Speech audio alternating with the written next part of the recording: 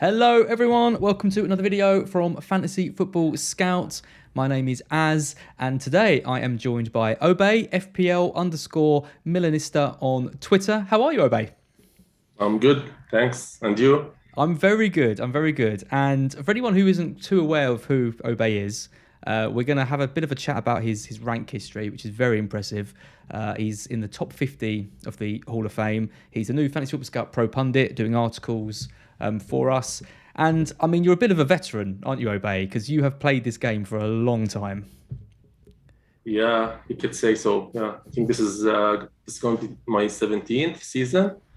So yeah, it does sound too much, but yeah, it feels like yesterday. Yeah, you're right. You were there right at the start. What brought you into FPL and just kept you kind of going all these years? To be honest, I don't know. Like that's a question I get asked a lot, and I don't really remember my first season or like the first time I knew about FPL. I think I was like at school and just looking around for anything related to football, and I got into FPL. So I think the first few seasons were just like, yeah, you're just trying to see what this thing's about. Yeah, I used to watch a lot of football, so it was interesting, and with time, it turned out to be a very famous game now it with does. almost a million people. Yeah, I mean, I mean, let's get your ranks up. I mean, your first season was in 2006, 2007. So that was the first year, right, of when it came out? I mean, it had been I think yeah, I think I've seen people who have like histories from 2002. So I think, yeah, that's like 4 years later. wow. Okay, I Hmm. didn't even know that because I mean, I started 07, 08, so a little bit later than you, but I Uh-huh. remember it being like quite. I mean, there wasn't that many people that played it when I first started. I mean, a couple of 100,000, something like that, probably in 06 or so. I mean, how many people playing it in Yeah, 2002? Probably about 10. I have no idea. Yeah, even 2006 and 7, I don't really remember how many people were playing it, but yeah, I think the numbers have doubled and tripled recently. So yeah, Yeah, I mean, let's take a look at your ranks. So, I mean, obviously your first two seasons, well, okay, 165,000 your first season, 201,000 in your second season. So, I mean, considering there probably wasn't that many people playing, they probably weren't the highest kind of finishes.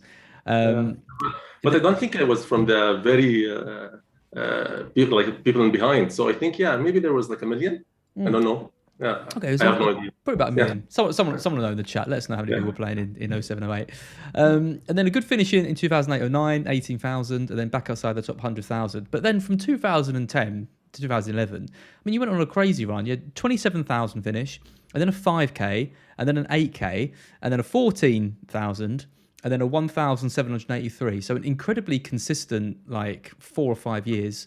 85,000.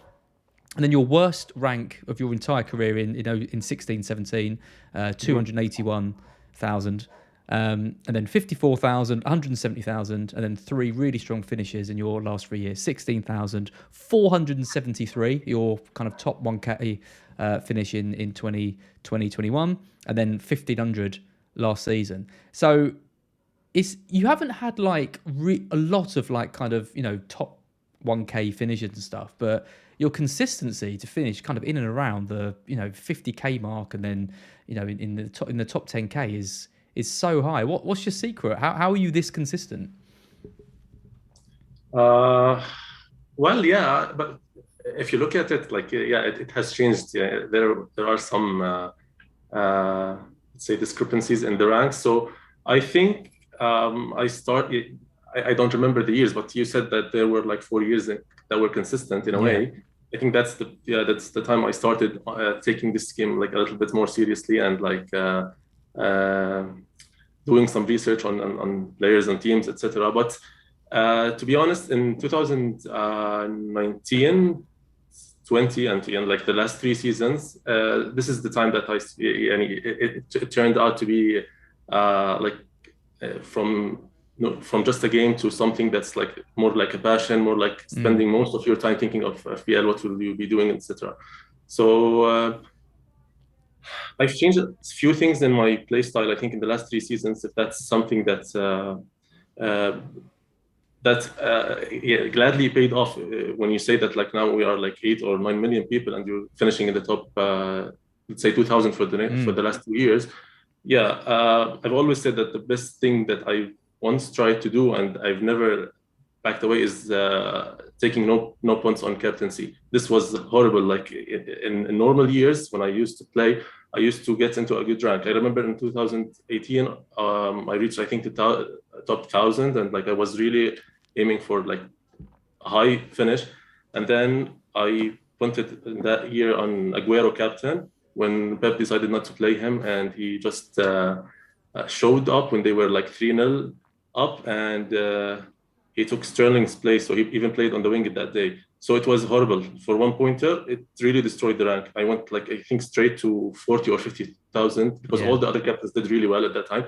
So these are the things that I really started to change. From that moment, I learned that I will never punt on any captain and just go with template. Like captaincy should be just go for the best players for the round and just try to make your team from other players.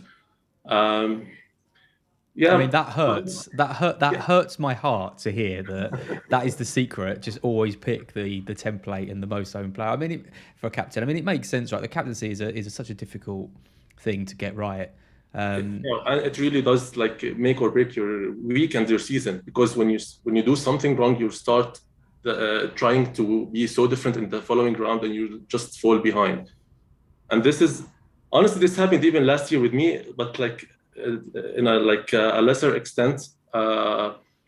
I spent most of last season in the top 100, let's say, for a long time. And remember in the double game week 36, I had no Salah and I had no De Bruyne. And I was really, like, I've been preparing for like 3 weeks to get De Bruyne for that week and captain him. The last minute, I changed my mind and I went Salah, and everything went so bad. So, yeah, from top, like I was like 100, 200. I don't really remember exact rank at that time, and I just fall even out of the top 1K. Same as me. So these things, really they do matter, and it's in the end it's like a psychological game. So if it gets into your mind that you're doing some mistakes, or like a 50-50 decision goes extremely in against you, you'll just need time to get out of the whole thing. What about points hits? Because we see a lot of kind of the top managers sort of being very kind of picky about when they choose to take hits. Are you someone who uses hits a lot, or do you try and refrain from using them where you can? Yeah, like I'm like I can say I'm an average person in terms of hits. Yeah, like I don't really do hits every other week, but at the same time I don't really stay away from hits. So sometimes when the hit is needed, I'll just take it. And I've taken a couple of like -8s last season, I remember even, and they paid off. Sometimes if it's like for 3-4 weeks, and we've seen like last season was really different than any other season, with all the postponements, with all the things, with COVID around, and with the number of double game weeks that we had. So hits are okay, like not too excessive, but sometimes you do need hits. A hit in moderation is okay. Yeah, exactly. Excellent. It's going to show the Hall of Fame. So this is another tool on Fantasy Football Scout. This was the kind of original tool in which you could compare yourself to other managers and see where you are. I mean, to me, it's still the kind of there's lots of different ones that are kind of emerging now, but this is always the one that I use to kind of compare myself to. You've got to compare myself to all the other Scout people, Ted and Gianni and all this lot. So you can see Fabio Borge sitting at the top. Obviously, I mean, he is indisputably the greatest FPL manager of all time. Just incredible. I mean, talk about consistency. I mean, you know, his last 5 seasons, his lowest finish is 1,965. I mean, it's just absolutely ludicrous. 222nd last year. And then you've got Finsley, John Canning, Bristol and Matt Corbridge making up the top 5. But we can find you pretty easily on here, Obay. All we've got to do is go down to number 50. You just sneak on to the first page. You must be delighted with that. You know, top 50 of all FPL managers. I am, yeah. I've made a good progress this season, but I still feel bad because I was I was 10th at one point in the live career Hall of Fame. I was 10th when I was, as I told you. Oh, you're slipping. Yeah, so the last 2 weeks, the De Bruyne decision was just threw me 40 places behind. Oh, that is absolutely brutal. So you're saying if you finish in the top kind of few hundred, you'd have been Yeah. in around the top. Oh, that makes it even harder to stomach when it's something like that. Yeah. But Oh, at least I'm still appearing in the first page. Yeah. Like just absolutely. break away. Yep. For anyone wondering, I am not in the top 50. I'm not even on the live Hall of Fame. I've got to be there somewhere. I think I'm like 200th or 250th or something like that, which isn't too bad. Yeah. I'll kind I of think take that.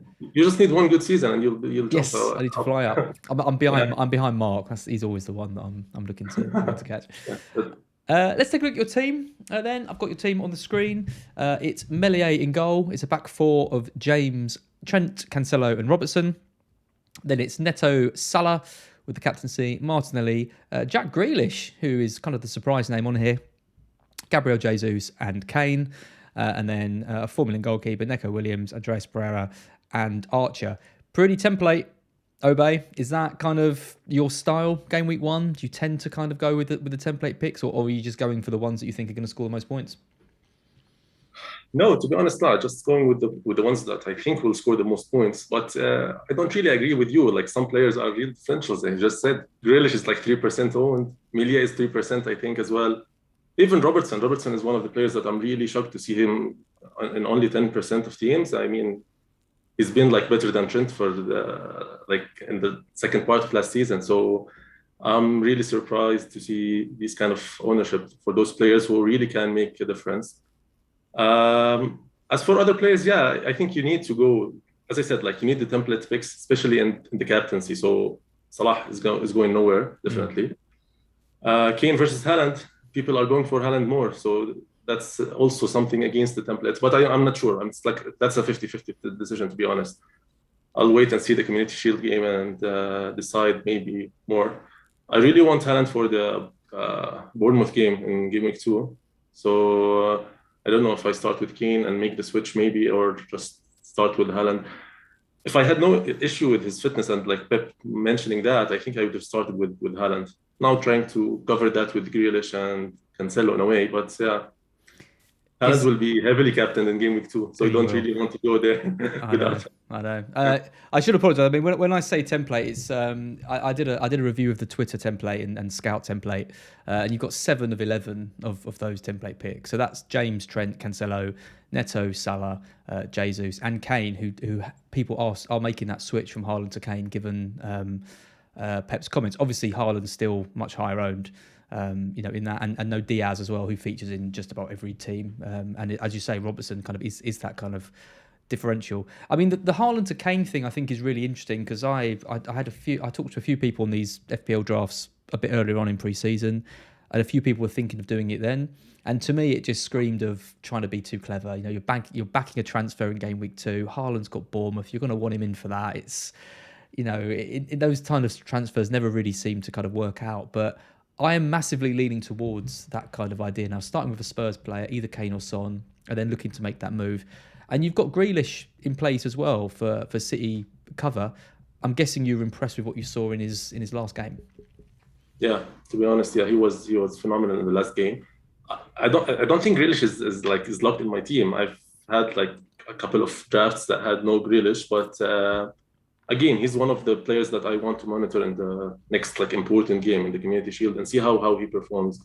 It's a World Cup year, so I think it's like his chance to just prove again that he's one of the best players and like to see the Grealish of the Aston Villa days and these kind of things. So I like him as a player, and he's been, as I said, really good in the last friendly.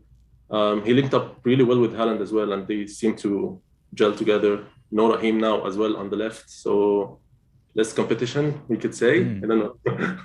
It's interesting, isn't it? Because we always say let's not take too much stock in pre-season friendlies, but City have been a team that we have massively taken a notice of. I mean, Haaland, Pep's comments about Haaland and Grealish playing in that game. Foden hasn't been playing in pre-season. The transfers they've made, and Mahrez now looking now for that right wing spot. There's some very interesting kind of options in there. Grealish is an interesting price point, though. I mean, he's 7 million. I mean, you could go down to someone like Rashford. You've already got Martinelli, but you might find it difficult to go up, right? I mean, the 8 million midfielders. That is why a lot of people are picking the Diaz, the Salah, the Mahrez, the Grealish. Because they're in that area. You've gone for Robertson instead. Does the 8 million bracket kind of worry you at all? Not being able Yeah. to move for that? I think that's, if you ask me, the major worry in my team and my current setup is that I have no 8 million midfielder. But I've seen a lot of people going for the Diaz thing, but when you get Diaz, okay, you have the 8 million spot, but then I don't think you're going to switch him anytime soon. So that's, in a way, you're just blocking also the 8 million spot. And for me, I really genuinely think that Robertson is a better pick in my eyes. Yeah, I've always liked Robertson. As I said, he had an amazing second part of the season.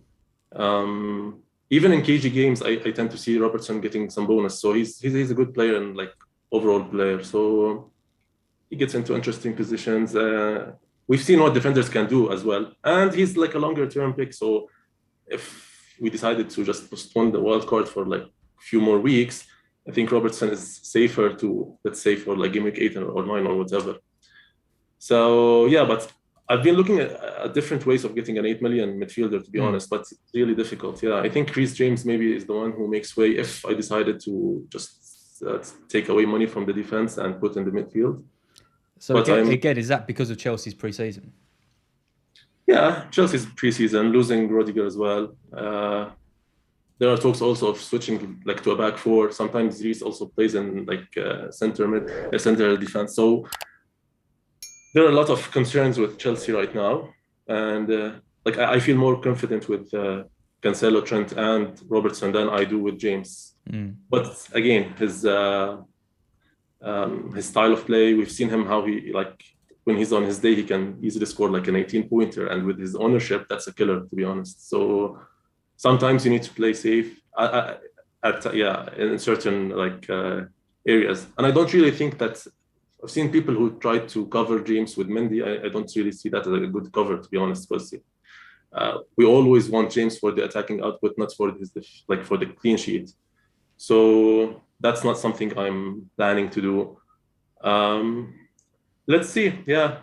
But the Grealish to Rashford option is something I've been also thinking of, especially that it gets me a 0.5 that I can upgrade the keeper. I'm not really convinced of the 4.5 keepers this season. I've chosen Melia simply because I like his first 2 fixtures more than the others. But I don't really like the start of Brighton or Brentford's fixtures. Now Raya has also maybe some competition with Strakosha joining. And so, he's a good keeper, to be honest. I'm a Milanista, so I watch a lot of Serie A. So he was really good at times with Lazio. So I'm really a bit concerned in that. Although I still think Raya will start the season, but any bad performance and we could see him just losing his spot. Sanchez, on the other hand, again, you're a Brighton fan, so you should tell us how it goes. But yeah, I think your first 2-3 fixtures are so tricky, so I don't really see clean sheets there.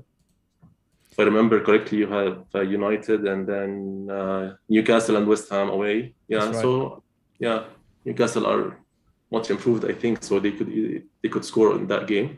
So that's why I'm saying Melia, although I don't really trust the Leeds defense, but he could get something against Wolves, Southampton the first 2 games. You never know. And they do have till game week 8, I think they have a really good fixtures. But if I get the 0.5, I'm genuinely thinking of switching to maybe Ramsdale. Yeah. Or Jose Sa. To be honest, Jose Sa, I had him last season and he did me really well in the first half of the season. He was always with an effective ownership of 3 to 4%, and he was scoring 7s and 8s and these kind of scores. Even when he used to concede, he used to make a lot of saves and get me the 5-6 pointers, and they really did me well that time. So I have good memories with Sa, but I don't know, Wolves haven't been too convincing at the end of last season. So maybe Ramsdale is the one who I'll take if I could stretch that 0.5 more. Yeah, it's a trick. I mean, are you like me? I don't like paying 5 million for a goalkeeper. Some people paying 5.5 for Edison, for example. Yeah. I do agree though. It's really tricky. I mean, you think we're probably going to be looking at 6 games before we use our first wild card, given that the World Cup gives us unlimited transfers. So you're trying to really find a team that has 3 or 4 really good standout fixtures. And to me, you have to go up to 5 million. for that. I mean, Brighton, like you say, we've got United, West Ham, they're tricky. Newcastle at home, okay. But we've got Leeds and Fulham in 4 and 5, which isn't too bad. But I mean, you look at Arsenal, I mean, Palace, Leicester, Bournemouth, Fulham, Villa.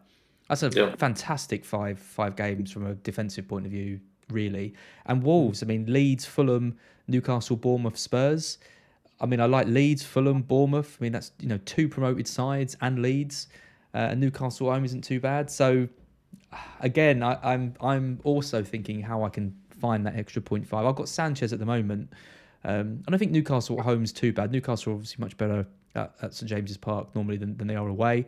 We do quite well against Newcastle as well, but Mhm. they're a different side now. They've made lots of new signings, and we're about to lose Cucurella, I think. So, yeah, I think we'll be a little bit weakened by that. Yeah, that's an issue as well. I think, yeah. Yeah. Yeah. Sometimes, yes, something I liked about Ramsdale also last season, he used to get a lot of bonus points. I remember he was like a pain for me when I barely owned him. I think I owned him for like 2 or 3 game weeks only, and all the time that he's like one of the most like threats when we check the live FPL rank, and he's always getting the bonus. With any clean sheet, he gets a bonus. I don't know why. He once even did like a save or 2, and he got 2 bonuses. So that was weird. Yeah, he's good distribution, right? That's basically all you need as a goalkeeper. That's why Nick Pope was so good for Burnley. Just keep kicking the ball short or long, Exactly. and just keep finding someone and rack it up because everyone else will keep losing the ball. That's all we need. Let's talk about Martinelli then. You've gone for 2 Arsenal already, so obviously if you added Ramsdale, that'd be 3 Arsenal. Trying to tap into those fixtures. Worried about Martinelli at all? He's kind of becoming less popular. He was in almost every team I saw at the start, but now with Rashford coming in, a lot of people are making that move kind of over to him. But you're still kind of set on him. Yeah. He wasn't in my earlier drafts, to be honest. I've had bad experience with Martinelli last year. I owned him in the wrong times. Whenever I owned him, he was sitting on the bench. Whenever I sell him, he used to play and score. So that's not the best experience. Now, that's why I like when I did my first few drafts, I had no Martinelli in, and I had no intention to get him in. But I've seen some of their friendlies now. He's doing well. Smith Rowe still like had very limited playing time in the friendlies, so I think it's his place to lose now. Yeah, so as we said, it's just a few weeks until we do our first wildcard, and at 6 million, I think it's like a very minimal risk, especially that we know that he will start. Like, I mean, he's most likely starting the first 2. Yeah. The issue is that game week 3 and 4 are the good games for Arsenal, so we don't want him to have a bad game in like the first or second game, and then he sits on the bench for the good games. I've seen people doing starting with Rashford and planning to switch to Martinelli in game week 3, which is a good idea, I think, and I had it in mind for some time, but again, I don't have enough to get the 8 million midfielder that I'm trying to do. So if I had to pick one now, I think if I had the 0.5, I think I would have started with Rashford, especially that I have also Jesus up front. So, but for now, I'm fine to double up on their players and even triple up. As I've said, they've been so promising in the friendlies, and they have like the best fixtures out of all the teams. It's interesting, isn't it? I mean, you talk about kind of needing that or trying to get that 0.5, and it's when you start looking at your team and you start looking to see how you can find it. I mean, Grealish down to Rashford is the kind of obvious one. I mean, I had Robertson in my side, and I thought maybe I could do Robertson down to Van Dijk and get that 0.5, and will that cover it? And then you think, well, should I just go Robertson down to Diaz? He's $1 million less. And then you start you end up making major surgery across your team because you start doing it. And then you look at it and you go, well, now I haven't got Robertson. I really wanted him. He was one of the first picks I had. Yeah, exactly. Yeah, I think Robertson, and the problem is that if you downgrade Robertson, I think you'll need to go for Luis Diaz, the midfielder. So then that's another issue that will happen with your team. So, but again, I think my source of as I said, it's going to be Reece James. If I was going to downgrade any player to get an 8 million midfielder, most probably it's going to be Reece James for now. Or as I said, just lose Grealish, get Rashford, and get the 0.5 for the keeper, and just stay with that. Yeah. It's 4 changes since your first draft over on Facebook Scout. And everyone head over to the site and check out Obay's articles over there, which we'll be doing all of this season. So you have been, I mean, you have been tinkering. Millier's come in for Raya. Chilwell's gone out. Now you're talking about selling James as well. You had Rashford. Now Rashford's gone in Martinelli. Now you're talking about getting Rashford back in, and Haaland's left for Kane. So you're being quite. You're definitely tinkering. You're definitely not set with quite a few of these players. Yeah, but yeah, most of them, yeah, like Rashford and Haaland are very close to return. I mean, like they're not totally gone. I think Chilwell for now is someone who's I'm not really keen to keep. If I was going to a back five again, I think I'll add Diaz from City and do the. I'd rather trust the City defense more than the Chelsea for the start, especially with the games as well. Like Chelsea's fixtures are a little bit more tricky. So yeah, so Chilwell is maybe the only one. Andrea, maybe. Yeah, those two, I think I'm not returning to them as most probably. But Haaland and Rashford could very well be in my game week one team. I love it. It's classic FPL. I mean, you start with two Chelsea defenders. You think they're going to be absolutely amazing value. You see them a bit in pre-season. You think, oh, not too keen on this. Chilwell leaves, and now you're thinking of selling James as well. They're having none of them. it's just how it is, isn't it? You can't help it. Yeah, it's going to be really. I mean, they need to get their act together. Really, Tuchel's not happy, asking for more signings. Those kind of noises have to be a bit of a warning for us. And 41% ownership for James, really high. So high. Yeah. Yeah.